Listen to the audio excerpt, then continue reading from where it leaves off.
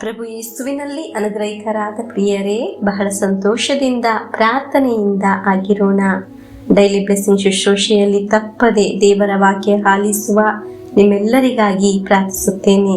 ಮುಂಜಾನೆ ಮಂಜಿನ ಹನಿ ಸೂರ್ಯನ ಕಿರಣದ ಬಿಸಿ ತಾಕಿದ ಕೂಡಲೇ ಅದು ಕರಗಿ ಹೋಗುತ್ತದೆ. ಇದೇ ರೀತಿ ಜೀವನದಲ್ಲಿ ಸಮಸ್ಯೆಗಳು, ಕಷ್ಟಗಳು, ರೋಗಗಳು ದೇವರ ವಾಕ್ಯವಾದ ಪ್ರಕಾಶದಲ್ಲಿ ಕರಗಿ ಹೋಗುತ್ತದೆ. ಹಲ್ಲೆಲೂಯಾ. ಒಬ್ಬೊಬ್ಬರ ಜೀವನ ಬಹಳ ಪ್ರಕಾಶವುಳ್ಳದ್ದು, ಐಶ್ವರ್ಯ ಉಳ್ಳದಾಗಲಿ ಎಂದು ಪ್ರಾರ್ಥಿಸುತ್ತೇವೆ. ದೇವರ ವಾಕ್ಯ ಆಲಿಸುವ ನಿಮ್ಮೆಲ್ಲರಿಗೂ ಸಂರಕ್ಷಣೆ ಉಂಟಾಗಲಿ ಎಂದು ಪ್ರಾರ್ಥಿಸುತ್ತೇವೆ. ನಮಗೆ ದೇವರ ವಾಕ್ಯವನ್ನು ಆಲಿಸೋಣ. ಪ್ರವಾದಿ ಯೆಶಾಯನ ಗ್ರಂಥ 58ನೇ ಅಧ್ಯಾಯ 10ನೇ ವಾಕ್ಯ. ಹಾಗೂ ಹಸಿದವರಿಗೆ ಜೀವನಾಂಶವನ್ನು, ಬಡವರಿಗೆ ಅಗತ್ಯವಾದುದನ್ನು ನೀಡಿದರೆ ನಿಮ್ಮ ಜ್ಯೋತಿ ಕತ್ತಲಲ್ಲಿ ಬೆಳಗುವುದು, ಅಂಧಕಾರ ನೀಗಿ ಮಧ್ಯಾಹ್ನವಾಗುವುದು.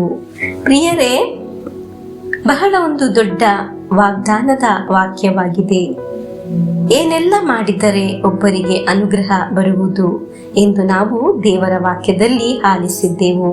ಪ್ರಿಯರೇ, ಈ ವಾಕ್ಯ ಈ ಆಲಯದಲ್ಲಿ ಒಂದು ದೊಡ್ಡ ಅನುಭವವಾಗಿದೆ.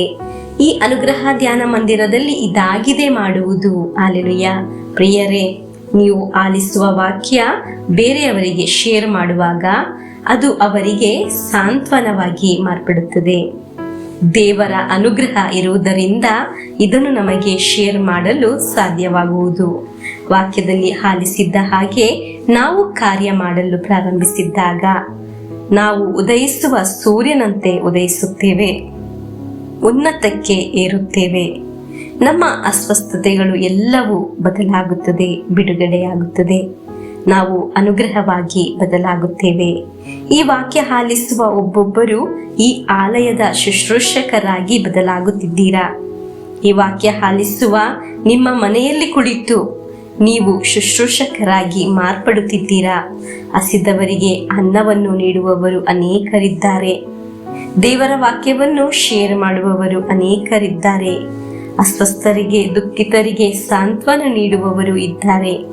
ನಮ್ಮ ಕುರಿತಾಗಿದೆ ಪ್ರಿಯರೇ ದೇವರ ವಾಕ್ಯದಲ್ಲಿ ಇಂದು ಹೇಳಿರುವುದು. ಈ ಅನುಗ್ರಹ ಧ್ಯಾನ ಮಂದಿರದ ಕುರಿತು. ಹಲ್ಲೆಲೂಯಾ. ಒಂದು ಸಮಯದಲ್ಲಿ ಕತ್ತಲೆ ಆಗಿರುವುದು ಮಧ್ಯಾಹ್ನದ ರೀತಿ ಪ್ರಕಾಶವಾಗುತ್ತದೆ. ವಾಕ್ಯವನ್ನು ಶೇರ್ ಮಾಡಲು ಸೋಮಾರಿತನ ಬೇಡ ಪ್ರಿಯರೇ, ಅದು ನಮಗೆ ಅನುಗ್ರಹದ ಬಾಗಿಲು. ಅದನ್ನು ನಾವು ಅರ್ಥ ಮಾಡಿಕೊಳ್ಳಬೇಕು.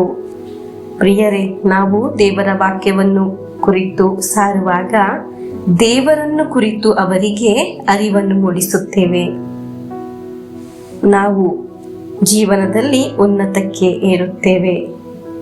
ನಮ್ಮ ಜೀವನ ಪ್ರಕಾಶಮಯವುಳ್ಳದಾಗುತ್ತದೆ. ನಮಗೆ ಇಂದು ಒಳ್ಳೆಯ ಒಂದು ಅನುಗ್ರಹದ ದಿನವಾಗಲಿ ಎಂದು ಪ್ರಾರ್ಥಿಸಿ ಪ್ರಭು ಯೇಸುವಿನ ಆಶೀರ್ವಾದವನ್ನು ನಮಗೆ ಸ್ವೀಕರಿಸೋಣ. ಆಮೆನ್. ನಮ್ಮ ಪ್ರಭು ಯೇಸು ಕ್ರಿಸ್ತರ ವರಪ್ರಸಾದವು, ದೇವರ ಪ್ರೀತಿಯು, ಪವಿತ್ರಾತ್ಮರ ಅನ್ಯೋನ್ಯತೆಯು ನಿಮ್ಮೊಡನ ಇರಲಿ.